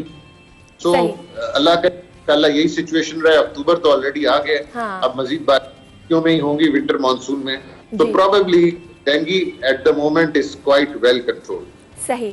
अच्छा डॉक्टर शाहिद, आपने ये भी बताया कि डेंगू के जो सिम्टम्स हैं वो आपने बताया कि बुखार होता है और प्लेटलेट्स कम हो जाती हैं, लेकिन हर इंसान को एडमिट होने की ज़रूरत नहीं होती। अच्छा, अगर मैं डायग्नोस्टिक टेस्ट के हवाले से बात करूं, क्योंकि बहुत सारे लोग जो कि जिनकी अमवात होती है वो इस वजह से होती है कि उनकी डायग्नोसिस सही वक्त पर नहीं होती और फिर प्लेटलेट्स इतनी कम हो जाती हैं तो वो फिर इलाज मुमकिन नहीं, जो कि बहुत कम रेशो है। लेकिन मैं जानना चाहूँगी डेंगू, मेरे फादर का अभी रिसेंटली केस हुआ और हमने उनके 2 टेस्ट करवाए डेंगू के जो कि नेगेटिव आए, फिर डॉक्टर ने एक और टेस्ट दिया जो कि डेंगी एंटीबॉडीज़ के हवाले से था, जो उन्होंने कहा कि कुछ अरसा अगर डेंगी रहे तो उसके बाद वो नेगेटिव आता है, लेकिन ये टेस्ट से इसकी जो है वो तशख़ीस हो सकती है, क्योंकि फिर हमने कोविड टेस्ट भी कराए, मलेरिया टेस्ट भी कराया, फिर ब्लड कल्चर कि क्यों बुखार आ रहा है, क्यों पेन है बॉडी में, तो अब जाके पता चला है कि वो डेंगी है। तो ऐसा भी होता है कि डेंगी एक बार हो जाए फिर वो नेगेटिव आ जाए, फिर वो एक और टेस्ट होता है, उस हवाले से भी हमें बताइए, क्योंकि अक्सर लोग हमें देख रहे हैं और इस वक्त ये फैला हुआ भी है, तो अगर ऐसी सिचुएशन हो तो क्या करें? देखिए, एक तो इम्पोर्टेंट बात यह कि अननेसेसरी टेस्ट्स को अवॉइड करें, क्योंकि एक ये गलत प्रैक्टिस डॉक्टर्स की भी है और लेबोरेटरीज की भी है कि अननेसेसरी टेस्ट। देखिए, डेंगी अगर कोई बुखार जो कि चंद दिन बिल्कुल नहीं हो रहा और नॉर्मल के बावजूद बहुत तेज हो रहा है, जिसमें बॉडी एक भी हो, बॉडी पे आना शुरू हो जाए, तो उस सूरत में टेस्ट जो सबसे इम्पोर्टेंट और सिग्निफिकेंट है उसको डेंगी NS1 एंटीजन कहते हैं। अच्छा, क्योंकि डेंगी वायरस की बॉडी के DNA को चेक करता है, तो इसलिए ये गलत नहीं हो सकता। ये कभी कभार फॉल्स नेगेटिव तो हो सकता है, फॉल्स पॉजिटिव नहीं हो सकता। अब रह गया टेस्ट जो कराना चाहिए, वो ब्लड का टेस्ट कराना चाहिए, प्लेटलेट्स का, ये देखने के लिए, और वो सीरियली जा सकता है कि भाई कितने गिर रहे हैं। सपोज करें एक पेशेंट को मंडे को डायग्नोज होता है डेंगू, तो वो आपको प्लेटलेट करा ले, अगर वो नीचे आए तो उसके बाद फ्राइडे को फिर करा ले, क्योंकि एक सर्टेन स्टेज पे, और अगर फीवर ठीक ना हो, खा पी ना रहा हो, पेशेंट की हाइड्रेशन ठीक ना हो, तो उसको एडमिट भी कराया जा सकता है। तो इसलिए बेसिक ब्लड टेस्ट जिसको CBC कहते हैं और डेंगी NS1 एंटीजन बहुत है। अब रह गया डेंगी, तो डेंगी एंटीबॉडीज तो आपके जिस्म में सालों रहेंगी। अगर एक आपके जिस्म में मुदाफियत हो गई है खिलाफ, जैसे आजकल आप कोरोना वायरस के बारे में सुनते हैं कि जब वैक्सीन या किसी को इन्फेक्शन हो जाता है तो उसकी एंटीबॉडीज तो महीनों तक पॉजिटिव आती है। तो उसकी सिग्निफिकेंस नहीं है ज़रा इस सिलसिले में। सही, मतलब आप उसके सिम्टम्स दूसरे देखें कि खुदा न खास्ता प्लेटलेट्स अगर नीचे जा रही हैं तो फिर आप इसका ट्रीटमेंट करें, एंटीबॉडीज़ आपकी बॉडी में रहती हैं। अच्छा सर, ये भी बताइए कि अगर आपको डेंगी हो जाए तो बुखार आया, या हम बहुत सारे ऐसी कहते हैं ना कि पपाया लीव्स खा लें, जिस तरह के टोटके किए जाते हैं, वो कितने इफेक्टिव हैं, वो करने चाहिए या नहीं करने चाहिए? देखिए, इसके बारे में कोई रिसर्च तो हुई नहीं है, बट मैं रिसेंटली कल परसों किसी अखबार में इश्तिहार पढ़ रहा था कि किसी juice, actually papaya leaf extract का जूस भी मार्केट करना शुरू कर दिया है। जी। तो साइंटिफिकली तो नहीं कहूँ, बट बात ये कि अगर किसी को डेंगी हो और उसके प्लेटलेट्स तक गिर रहे हो तो कोई हर्ज नहीं है अगर ये ट्राई करके देख लें, मगर शायद कोई प्रिस्क्राइब ट्रीटमेंट या कोई प्रॉपर लाइन ऑफ मैनेजमेंट में अभी इसका कोई जिक्र नहीं। सही। अच्छा सर, आपने बताया कि अभी डेंगी जो है वो अंडर कंट्रोल्ड है, लेकिन आगे फिर बारिशें होने वाली हैं और अक्टूबर नवंबर ये 2 मंथ्स ऐसे हैं जब डेंगी अपनी पीक पर होता है। तो इस हवाले से क्या जो महकमा सेहत है, ख़ास तौर पे कराची सिंध की बात की जाए, तो क्या इक़दामात किए गए हैं उसकी जानिब से इसकी रोकथाम के लिए? देखिए, सबसे इम्पोर्टेंट तो अगर मच्छरों की अफजाइश और उनको जो उनकी अफजाइश की जगह है, जैसे डेंगी के बारे में कहते हैं कि फ्रेश वाटर का ये मस्कीटो फ्रेश वाटर में जिंदा रहता है, तो वाटर की स्टैग्नेटेड पॉइंट्स, सफाई सुथराई रखना, स्प्रे रखना रेगुलरली। मेरे ख्याल से डेंगी सीजन में सिटी गवर्नमेंट भी स्प्रे करती है, अस्पताल में रूटीनली स्प्रे करते हैं। अगर मच्छर की पॉपुलेशन नहीं होगी तो इंशाल्लाह फिर ये डेंगी वायरस फैलेगा भी नहीं इधर से उधर। और नंबर 4, पर्सनल लेवल पे एक तो वो टाइमिंग्स जिसमें मच्छर की बाइट है, यानी अर्ली मॉर्निंग या लेट इवनिंग, उसको अवॉइड करें। नंबर 2, हाथ फुल स्लीव्स के कपड़े पहने, ऐसे कपड़े ना पहने जिसमें मच्छर मस्कीटो बाइट का चांस ज्यादा हो। और सबसे बेहतर तो ये रहेगा कि जब भी घर से बाहर निकलें या ऐसे एरिया में गार्डन में जा रहे हैं या पार्क में जा रहे हैं, तो अपने आप पे वो जो लोशंस आते हैं एंटी मॉस्किटो वो बिल्कुल आपने सही कहा, ये रखेंगे इंशाल्लाह डेंगू से बचे। बिल्कुल, बहुत ही बेसिक एहतियाती तदाबीर हैं, अगर हम उसको इख्तियार कर लें तो बेशक हम इससे बच सकते हैं। अच्छा सर, एक और सवाल कि आपने बताया था कि डेंगी जो बुखार है वो एक मखसूस किस्म के मादा मच्छर के काटने से होता है जो इंसान को डायरेक्ट काटे, लेकिन दूसरा ये कि अगर कोई तो क्या वो दूसरे इंसान में इन्फेक्शन फैला सकता है? नहीं, वो नहीं कर सकता, बिकॉज दूसरे नॉर्मल मस्कीटो काफियत है। सिर्फ वो मस्कीटो जो कि इसको कैरी करता है वही ले जाके दूसरे पेशेंट को ट्रांसफर कर सकता है, नॉर्मल मच्छर नहीं कर। सही, क्योंकि लोगों के काफ़ी सवालात होते हैं, उस हवाले से बात की थी। लास्ट सवाल सर, क्या जो हमें इस वक्त लोग देख रहे हैं उन्हें फिर से एक बार एहतियाती तदाबीर अख्तियार करनी चाहिए, प्रिवेंटिव मेजर्स के हवाले से दोबारा बता दीजिए। देखिए, एक तो इलाके की सफाई सुथराई, पानी कहीं खड़ा ना हो, अपने घर में भी खुले बर्तनों में पानी ना रखें, स्प्रे को रेगुलर बनाएं। ये डेंगू सीजन है, डेंगू कभी कभी जानलेवा भी साबित हो सकता है, मोर्टेलिटी कम है कंपेयर टू अदर डिजीजेस, मगर होता है। सो ये चीज जहन में रखें। और उसके बाद अपनी पर्सनल तौर पे फुल स्लीव्स के कपड़े कंप्लीटली कवर करके, उसके अलावा ये मस्कीटो रिपेलेंट लोशंस यूज करें। और बाकी हेल्थ और हाइजीन की चीजें हैं, फ्रूट्स खाएं, वेजिटेबल्स खाएं, ताकि आपकी अपनी इम्यूनिटी बढ़े। बिल्कुल। अच्छा सर, आप JPMC के एग्जीक्यूटिव डायरेक्टर हैं, तो उस हवाले से कोई ऐसे प्रोग्राम्स हैं इसके अवेयरनेस के हवाले से, या हुकूमत से आपका जो बातचीत हो, उस हवाले से हमें बताइए, क्या कोशिशें जारी हैं इसको खत्म करने के पेशेंट्स को? और हम उनको सिर्फ फॉर्म्स और परफॉर्मर्स हमारे पास मौजूद हैं जो हम देते रहते हैं पेशेंट्स को। कोई ऐसा पेशेंट अवेयरनेस प्रोग्राम हमने नहीं किया, क्योंकि हम अगर एक लार्जर मीडिया जो हमारे पास, देखें अभी मैंने आपसे कहा कि सबसे इम्पोर्टेंट चीज ये कि लोग एक तो ये रियलाइज करें कि डेंगू कोई जानलेवा बीमारी नहीं है, और दूसरा ये कि डेंगू किसी को डायग्नोज हो जाए तो पैनिक होने की जरूरत नहीं है। 99% चांसेस हैं कि वो इंशाल्लाह रिकवर कर जाएगा प्रॉपर ट्रीटमेंट से। तो ये दो चीजें जहन में रखें, प्रॉपर के पास जाएं। सबसे बड़ा मसला जो मैंने अपने करियर में देखा है कि डेंगू के पेशेंट को खूब महंगी IV एंटीबायोटिक्स लग रही होती है, तो डेंगू को एंटीबायोटिक्स से कंट्रोल होता ही नहीं। तो ये फालतू के मेजर्स ना करें, डॉक्टर से करें। अगर डेंगू है उससे पूछें, वो आपको IV एंटीबायोटिक देना है, उससे पूछे why do you want to give me, मुझे कोई मलेरिया टाइप, मुझे कोई खुदा ना खास्ता टाइफाइड तो है नहीं, या कोई चेस्ट, तो आप मुझे एंटीबायोटिक क्यों दे रहे हैं? तो आवाम को इस चीज का ख्याल रखना है कि डेंगू में IV एंटीबायोटिक्स का और फालतू की ड्रिपों का, अनलेस और अनटिल पेशेंट उल्टियां कर रहा हो या उसको बहुत हाई फीवर हो, तो ड्रिप्स की भी जरूरत। घर पे रहें, पानी पिए, रेस्ट करें, पैनाडोल की 2 टैबलेट खाएं, दैट्स इट। ठीक है, ठीक है, बहुत शुक्रिया। डॉक्टर शाहिद रसूल हमारे साथ मौजूद थे, जिन्होंने हमें बताया कि क्या क्या मेजर्स ले सकते हैं डेंगू बुखार से बचने के लिए। जैसा कि उन्होंने कहा कि 99.9% इसका इलाज मौजूद है। अगर आपको डेंगू डायग्नोस हो भी जाए तो बिल्कुल भी पैनिक होने की ज़रूरत नहीं है। उसका इलाज सिर्फ ये है कि आप पैनाडोल यूज़ करें और जो है अपनी बॉडी को हाइड्रेटेड रखें और फ्रूट्स वेजिटेबल्स खाते रहें ताकि आपकी इम्यूनिटी स्ट्रॉन्ग रहे। लेकिन साथ साथ आप अपने जो प्लेटलेट काउंट्स हैं वो भी मॉनिटर करते रहें, क्योंकि कुछ केसेस में एकदम ड्रास्टिकली जो है ये नीचे आ जाते हैं। तो बस यही इलाज है। और सबसे अहम बात कि अगर हम एहतियात कर लेंगे तो इस तरह की बहुत सारे वायरसेस और बीमारियों से बच सकते हैं। मज़ीद बात करेंगे और इसके बाद हम बात करेंगे कराची टैलेंट के हवाले से और आपको मिलवाएंगे, लेकिन इस ब्रेक के बाद कहीं मत जाइएगा। मिलते हैं एक छोटी सी ब्रेक के बाद।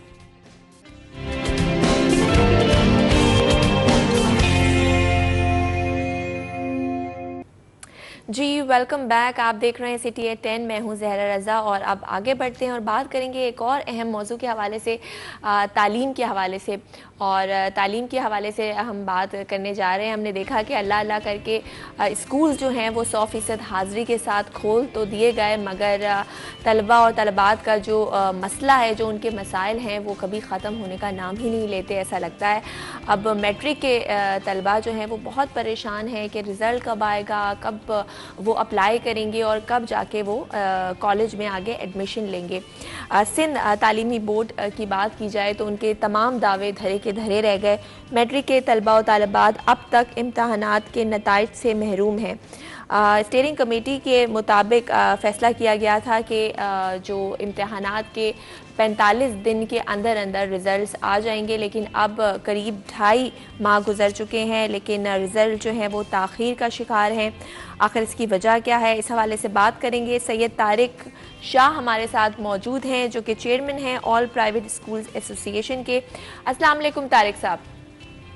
जी अस्सलाम वालेकुम तारिक साहब, बहुत शुक्रिया सर, आपने हमें वक्त दिया। सर, ये तलबा और तलबात की बात की जाए तो 2.5 माह गुजर चुके हैं और मैट्रिक बोर्ड के अभी तक रिजल्ट्स नहीं आए। इम्तहानात के बच्चे काफ़ी परेशान हैं, क्योंकि जाहिर है उन्हें आगे कॉलेज के लिए अप्लाई करना है और कॉलेज में एडमिशन की डेट्स जो है वो एक डेडलाइन होती है। तो क्या वजह है, क्यों ताख़ीर का शिकार है?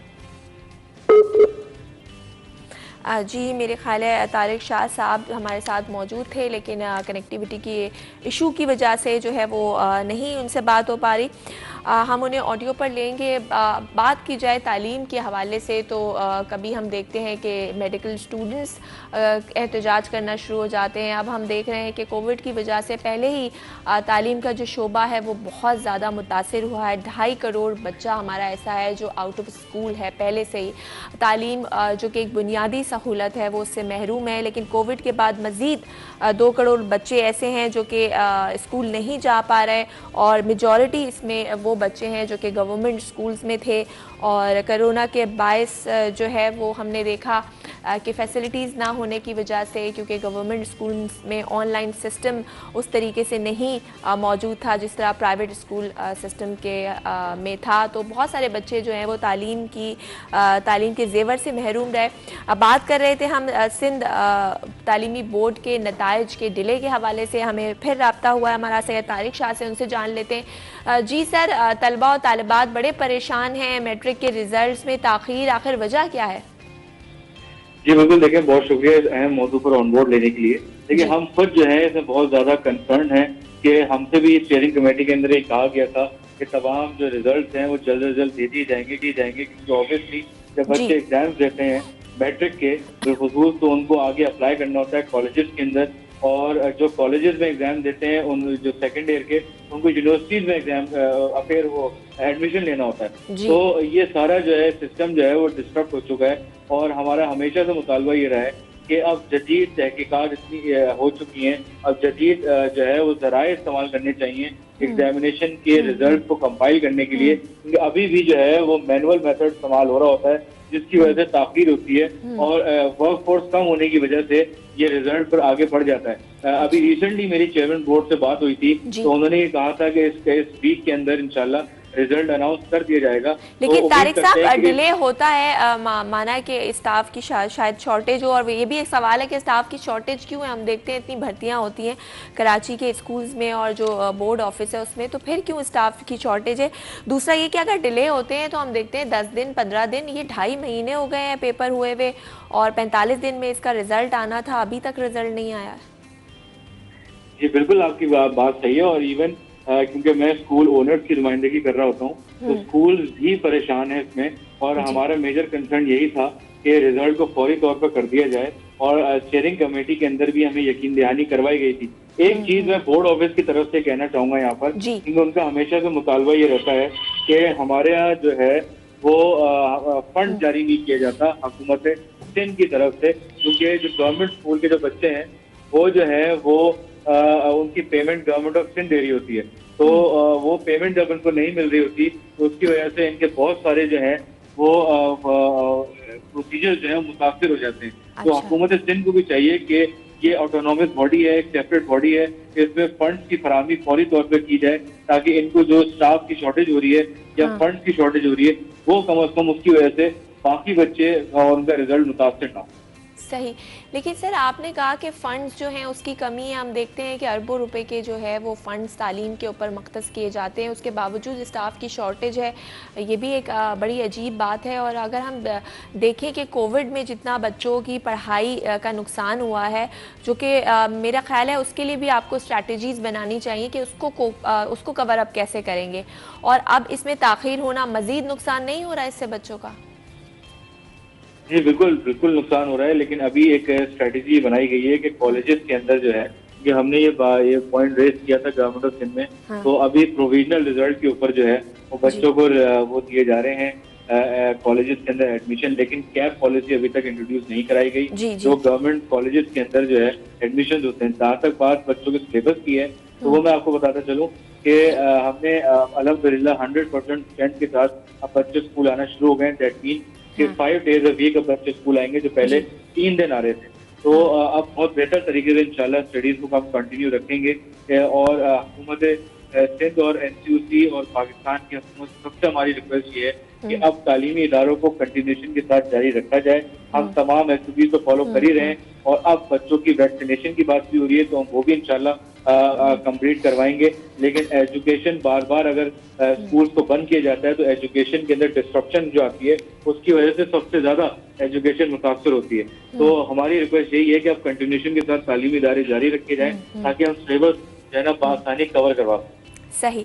अच्छा सर, ये जो हम इसको एक गफलत ही कहेंगे, तो ये जो गफलत है इदारों की तरफ से और सफ़र बच्चा कर रहा है, जो हमारा मुस्तकबिल, जो बच्चे हैं हमारा फ्यूचर है, मुल्क का मुस्तकबिल है, और अब जबकि रिज़ल्ट्स में डिले आ रहा है, ताख़ीर का शिकार है, तो जो भी आगे कॉलेजेस हैं तो उन्होंने भी अपनी जो डेडलाइन है उसको ज़ाहिर है वो बढ़ा दिया है, या इस हवाले से बताइए तो किस तरह से बच्चे आगे एडमिशन लेंगे?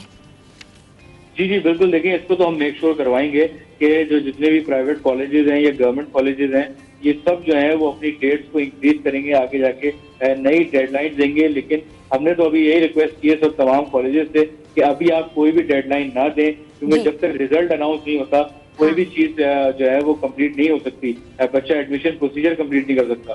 तो इंशाल्लाह ये वाला एडवांटेज तो हम बच्चों को फौरी तौर पर दिलवाएंगे कि जब रिजल्ट अनाउंस होगा तो उसके बाद भी एक सफिशिएंट टाइम बच्चों को दिलवाएंगे कि वो कॉलेजेस को चूज करके और प्रॉपर्ली एडमिशन करवा। सही सही, बिल्कुल सही कहा तारिक शाह साहब आपने। अच्छा मुझे ये भी बताइए सर कि अब जो है अब वो वैक्सीनेशन लाजमी करार दे दी गई है 12 और जो 12 साल से बड़े बच्चे हैं, तो क्या तरीक़ेकार है? क्या वालिदैन के सामने वैक्सीनेशन लगवाई जाएगी बच्चों को? स्कूल्स में कहा जा रहा है कि स्कूल इंतज़ामिया और स्कूल में अभी वैक्सीनेशन का इंतज़ाम किए जा रहे हैं, तो इस हवाले से हमें बताइए कि क्या अपडेट्स हैं। जी बिल्कुल, देखें अभी हमारी कमिश्नर हाउस के अंदर मीटिंग हुई थी और तमाम डिप्टी कमिश्नर्स को ये काम सौंपा गया हेल्थ डिपार्टमेंट को कि तमाम 12 साल उससे जायद के बच्चों को वैक्सीनेशन लगवाई जाए। तो हमने उनसे यही कहा है कि हम इसमें आपके कॉज के अंदर पूरा साथ हैं, लेकिन इसमें सिर्फ जो भी वैक्सीनेशन लगेगी ये पेरेंटल कॉन्सेंट के साथ लगेगी। इवन जहाँ जरूरत पड़ेगी वहाँ हम पेरेंट्स को भी इनवाइट करेंगे वैक्सीनेशन डे वाले दिन कि वो आकर अपने सामने वैक्सीनेशन लगवाएं बच्चों को, क्योंकि बहुत नाजुक मामला है। हम नहीं चाहते कि इसको हम खुद से टेकअप करें, पेरेंट्स और स्कूल इंतजामिया दोनों मिलकर इंशाल्लाह वैक्सीनेशन का प्रोसीजर लेकर चलेंगे।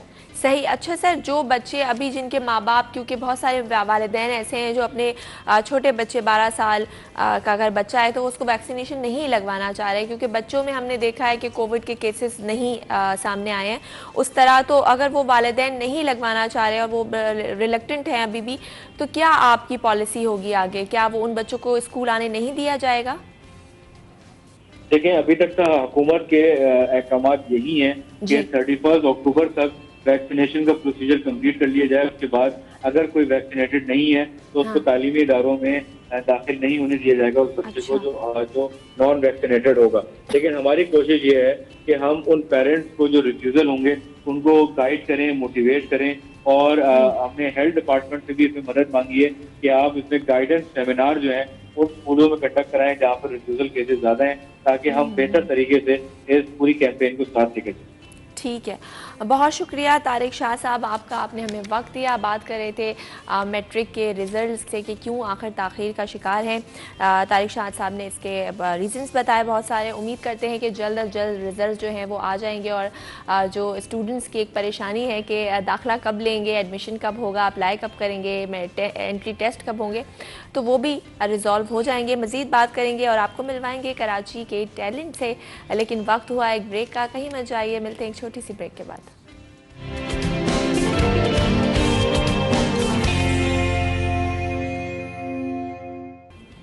वेलकम बैक, आप देख रहे हैं सिटी एट 10। मैं हूं ज़हरा रज़ा और वक्त हुआ है हमारे टैलेंट का। हम अपने इस सेगमेंट में आपको टैलेंट से मिलवाते हैं। पाकिस्तान की बात की जाए तो पाकिस्तान में किसी भी टैलेंट की कमी नहीं है। हमारे लोग जो हैं वो बड़े टैलेंटेड हैं। ऐसे ही एक टैलेंटेड नौजवान को आज हमने स्टूडियो में बुलाया है। हमारे साथ मौजूद हैं उमर चौधरी, जिन्होंने पाकिस्तान को एक और एजाज़ दिया है। सिल्वर मेडल इन्होंने जीता है बॉडी बिल्डिंग के हवाले से अगर बात की जाए तो उमर चौधरी ने दुनिया में पाकिस्तान का नाम एक बार फिर रोशन कर दिया है।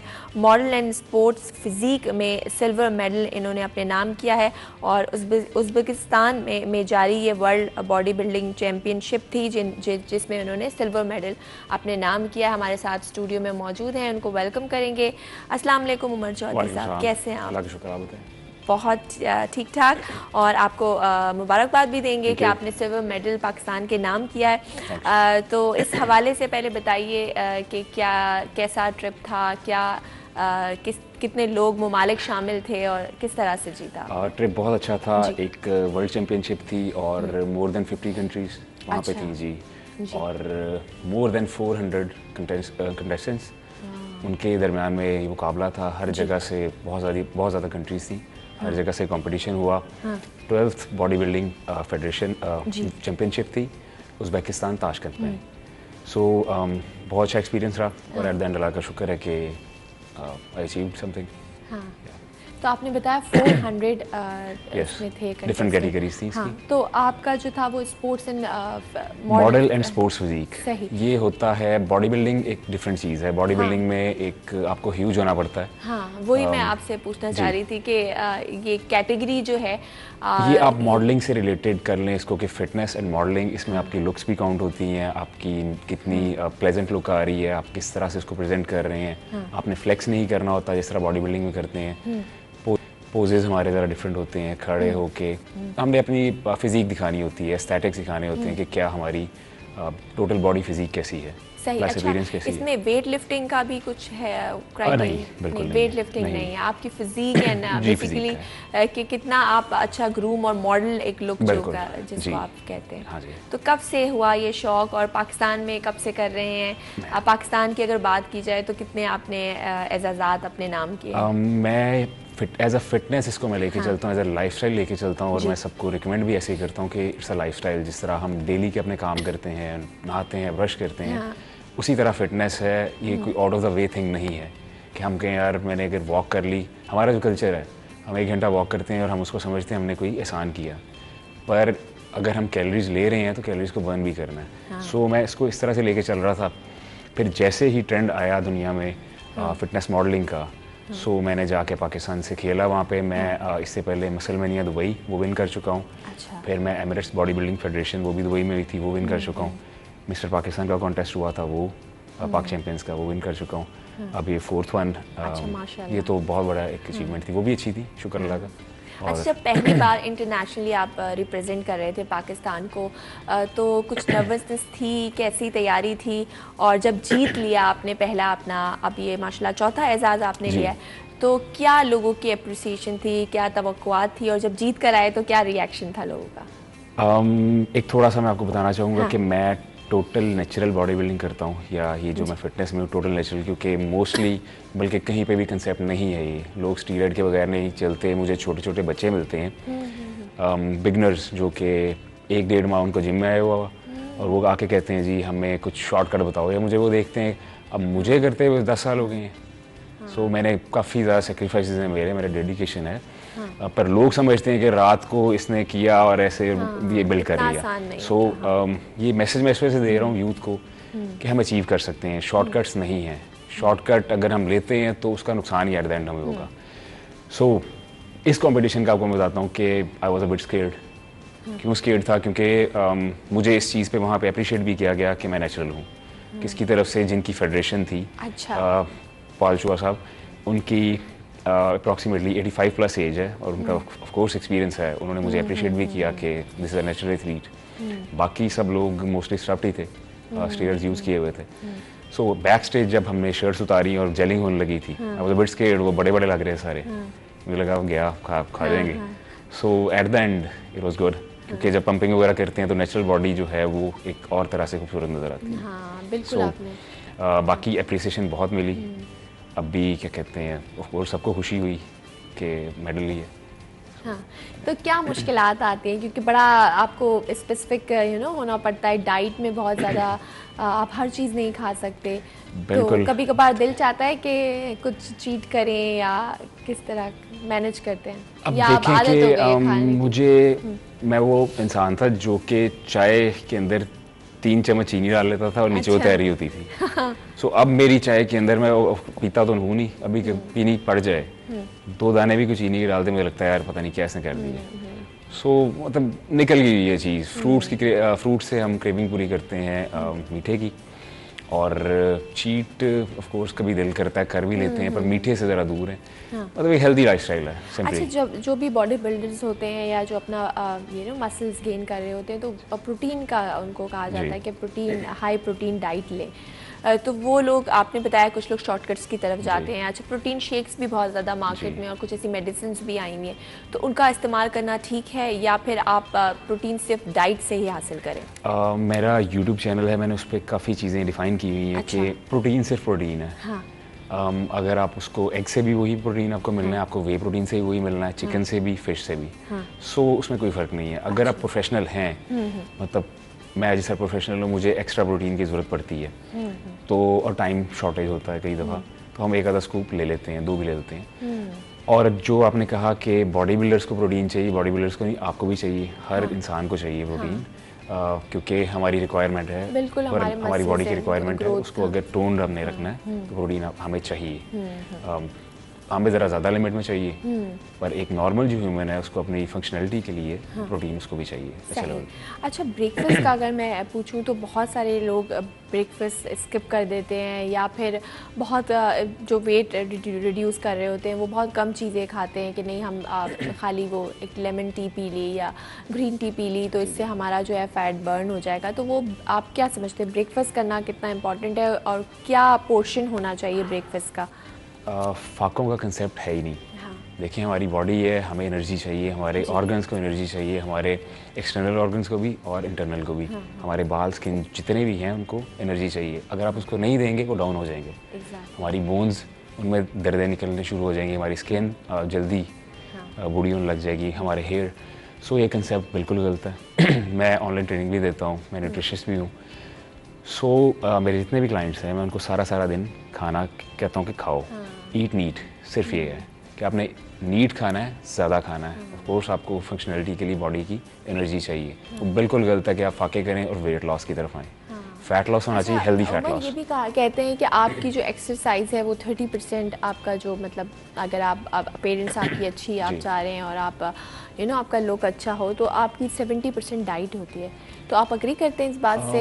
या इस तरह से अग्री हम कर सकते हैं कि जिम में तो हमने 1 घंटा होना है, उसके बाद हमारा पूरा दिन है जिसके अंदर हमने अपनी डाइट को मैनेज करना है। एक और तो ऑफ कोर्स डाइट जो है पूरे दिन की वो मैटर करती है। सेकंड चीज़ ये है कि देखें, एक वीक के अंदर हम 21 मील्स लेते हैं। एक आम इंसान, मैं ज़्यादा भी लेता हूँ अगर ज़्यादा मील लेने हो। अगर आप उसमें से 1 या 2 गलत करेंगे तो 18 आपके ठीक होंगे, दैट्स फाइन। अगर आप अपने 15 मील गलत कर दें, जो कि यहाँ का कल्चर है, तो फिर आप किस तरह एक्सपेक्ट कर सकते हैं कि आप एक हेल्दी लाइफस्टाइल आपका है? नहीं है बिल्कुल भी।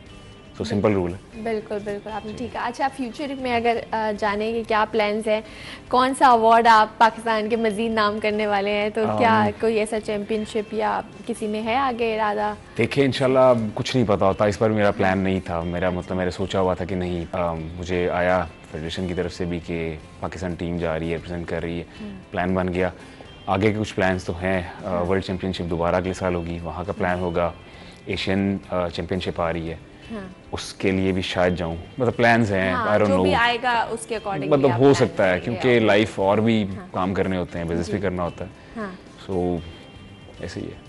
ठीक है उमर, बहुत शुक्रिया। हम आपको विश भी करते हैं कि मज़ीद जो कंपटीशन आए वो भी आप उसमें पार्टिसिपेट करें और जीत कर आएँ। एक लास्ट मैसेज जो यूथ है हमारी, जो लड़के ख़ास तौर पे आपसे भी शॉर्टकट्स की बात करते हैं, तो आप क्या मशवरा देना चाहेंगे कि हर चीज़ मेरे ख्याल टाइम लेती है, तो उन लोगों को क्या मैसेज देना चाहेंगे? मैसेज मैंने पहले वाला ही मैंने रिपीट किया कि अपनी डाइट ठीक रखें, अपना लाइफस्टाइल ठीक रखें। कुछ अपने सेक्रीफाइसेस तो देने पड़ते हैं हर चीज़ के लिए। सो उस पर फोकस करें, ना कि आप स्टीरॉइड्स की तरफ जाएं। वो आपको, आपकी एजिंग बहुत तेज़ी से होती है स्टीरॉइड्स की वजह से। सो अगर आप एक प्रोलॉन्ग लेके चलना चाहते हैं कि यार मैंने खूबसूरत नज़र आना है, तो इन चीज़ों से बचें और अपनी डाइट की तरफ देखें। आप अचीव कर सकते हैं। अगर मैंने किया आप भी कर सकते हैं। बिल्कुल सही कहा, बहुत शुक्रिया, thank you so much. Umar Chaudhary हमारे साथ मौजूद थे और जैसे कि उन्होंने कहा कि शॉर्टकट्स की तरफ मत जाइए। अगर आपको प्रोलॉन्ग पीरियड तक रिजल्ट चाहिए तो थोड़ी मेहनत करनी पड़ेगी, थोड़ी नहीं बहुत मेहनत करनी पड़ेगी। तो स्टेप बाय स्टेप चलें, इंशाल्लाह जो आपने सोचा हुआ एक्सपेक्टेड रिजल्ट्स हैं वो आपको मिल जाएंगे। प्रोग्राम का वक्त ख़त्म हुआ जाता है, कल फिर मुलाकात होगी कुछ नए मौज़ूआत के साथ। तब तक अपना बहुत ख्याल रखिएगा। अपनी होस्ट ज़हरा रज़ा और सिटी एट 10 की टीम को दीजिए इजाज़त। टेक केयर, अल्लाह हाफ़िज़।